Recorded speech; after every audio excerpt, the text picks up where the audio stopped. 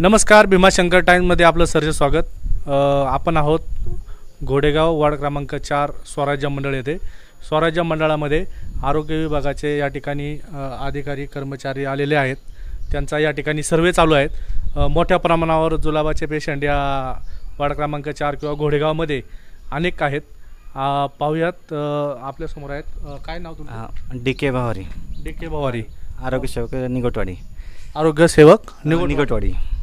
कधी सर्वे चालू झाला तुमचा? हा, शनिवारपासून आपला सर्वे चालू आहे। शुक्रवार नाही, शनिवारीच आम्हाला ॲक्च्युली कळालं पेशंट सापडले। मग शनिवारपासूनच आम्ही दुपारपासून सर्वे चालू केला आहे। शनिवार, रविवार आणि आज सोमवार हा तिसरा दिवस आहे।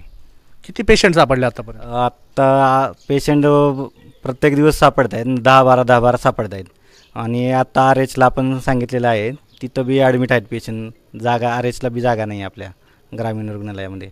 मग नॉर्मली प्राथमिक उपचार करून जे होईल ते घरी पेशंट पाठवले जातात। किती दिवस झाले सर्वे चालू आहे तुमचा? आता 3 दिवस झाले सर्वे चालू आहे आपला। 3 दिवसात किती पेशंट भेटले? 3 दिवसात 41 पेशंट आहेत आपल्याकडे। 41 पेशंट आहेत। हो।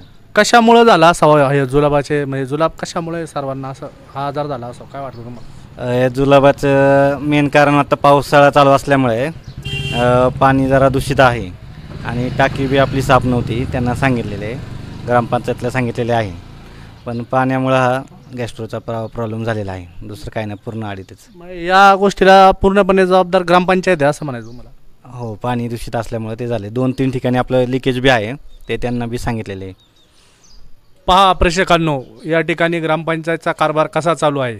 ग्रामपंचायतमध्ये पाणी पुरवण्यामध्ये अस्वच्छ पाणी पुरवतंय ग्रामपंचायत। या ठिकाणी आपल्याला कर्मचारी, आरोग्य विभागाचे कर्मचारी सांगतायत। अजून काय सांगाल? काय शनिवारच्या आधी ग्रामपंचायत पाणी जे पाणी पुरवठा विभागावाले किंवा ग्रामपंचायत त्यांना काय सांगितलं तुम्ही? टाकी साफ करण्यास सांगितलेलं आहे आणि 3 ठिकाणी आपलं लिकेज आहे ना, ते लिकेज बी काढायला सांगण्यात आलं आहे। त्याच्या आधी ओटी, म्हणजे ह्या भागात कुठेच ओटी लागत नव्हती, कारण 2-3 दिवस आपण ओटी घेतली, त्यानंतर लागत नव्हती। त्यांना शनिवारी सांगितल्यापासून ओटी आता येत आहे। लिकेज कुठं आहे?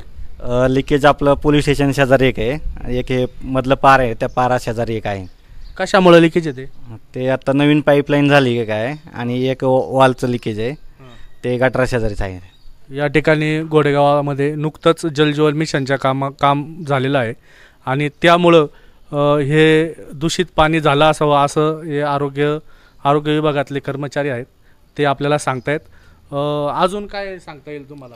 आत्ता इथनं काळजी घ्यायची, म्हणजे आत्ता इथनं पुढं पाणी आहे ते उकळूनच प्यायचं 1 आठवडाभर। आणि काय प्राथमिक उपचार असेल, ज्यांना कोणाला वाटलं त्यांनी प्राथमिक उपचार RHला जाऊन, किंवा आपल्या आशाताई आम्ही आहेत आता फिरतोय, आम्ही गोळ्या वगैरे वाटतोय, ते प्राथमिक उपचार घेतले पाहिजेत। आणि जास्त करून पाण्यामुळेच हा आजार झालेला आहे, त्याच्यामुळे पाणी उकळून पिणे 2-3 दिवस गरजेचं आहे। आरोग्य विभागाचे आपले पवार सर आहेत, पवार सर बी त्यांच्याशी काय चर्चा झाली? त्यांनी काय आदेश दिलेत का तुम्हाला? हो, दिलेत की। काय दिले? 2-3 दिवस आता कंटिन्यू सर्वेचं करायचाच आहे। हा 15-1 दिवस, जोपर्यंत पेशंट पूर्ण कमी होत नाहीत तोपर्यंत। आणि तुम्ही आता समजा जे आजारी आहेत, आता घोडेगाव ग्रामीण रुग्णालयामध्ये पेशंट म्हणजे बेड शिल्लक नाही आहेत, तर त्यासाठी तुम्ही काय उपाययोजना केली? बेडसाठी सांगितलेलं आहे, ते मग अजून व्यवस्था करणार आहेत। किती बेड आहेत? बेडची आत्ता सध्या 20-25 आहेत, पण सगळे टोटल फुल आहेत सध्या। तुम्ही त्यांच्यावर उपचार कसे करणार आहात? नागरिकांवर उपचार कसे करणार तुम्ही? जे जास्त आहे ना पेशंट, जे अशक्तपणा वगैरे ज्यांना जे आहे, जास्त झालं आहे, तेच पेशंट आपण तिथं ॲडमिट करून घेतो। जे नॉर्मली पेशंट आहे त्यांना प्राथमिक उपचार करून घरी बेड रेस्ट घ्यायला सांगणार आहोत। आता समजा जर पेशंटचे प्रमाण वाढलं, आता वाढलेलंच आहे, परंतु अजून वाढलं प्रमाण, तर त्या पुढं काय कराल तुम्ही? आता ग्रामपंचायतला आपण सांगितलेलं आहे, मग आता ग्रामपंचायत त्यांची गाडी वगैरे फिरवणार, म्हणजे जागृतीसाठी गाडी वगैरे फिरवणार आहे या भागामध्ये आपल्या। पूर्ण पाणी स्वच्छ आणि पाणी बी स्वच्छ, त्याचे सगळे चालू आहे आता।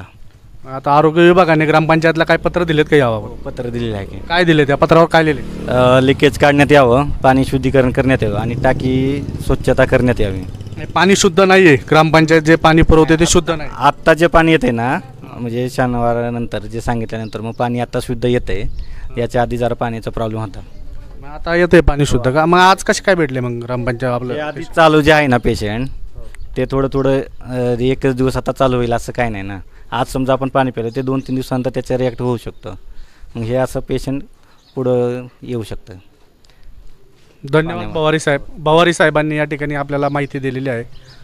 पाहूयात भीमाशंकर टाईमसाठी किशोर वाघमारे, आंबेगाव. हे सगळं मी कधी काय बाकी मला काम करू. आता औषध पहिलं पेशंट होता, डिलिव्हरी पेशंट होता, आता चेक करून 3 पेशंट ते भाऊ कशासाठी देत बसू मी कार्यासमोर कुठं टाकून बसू काय करायला. ते माझं काम आहे का? माझं काम काय? आता 7 चालू माझं काम काय तुम्ही सांगा.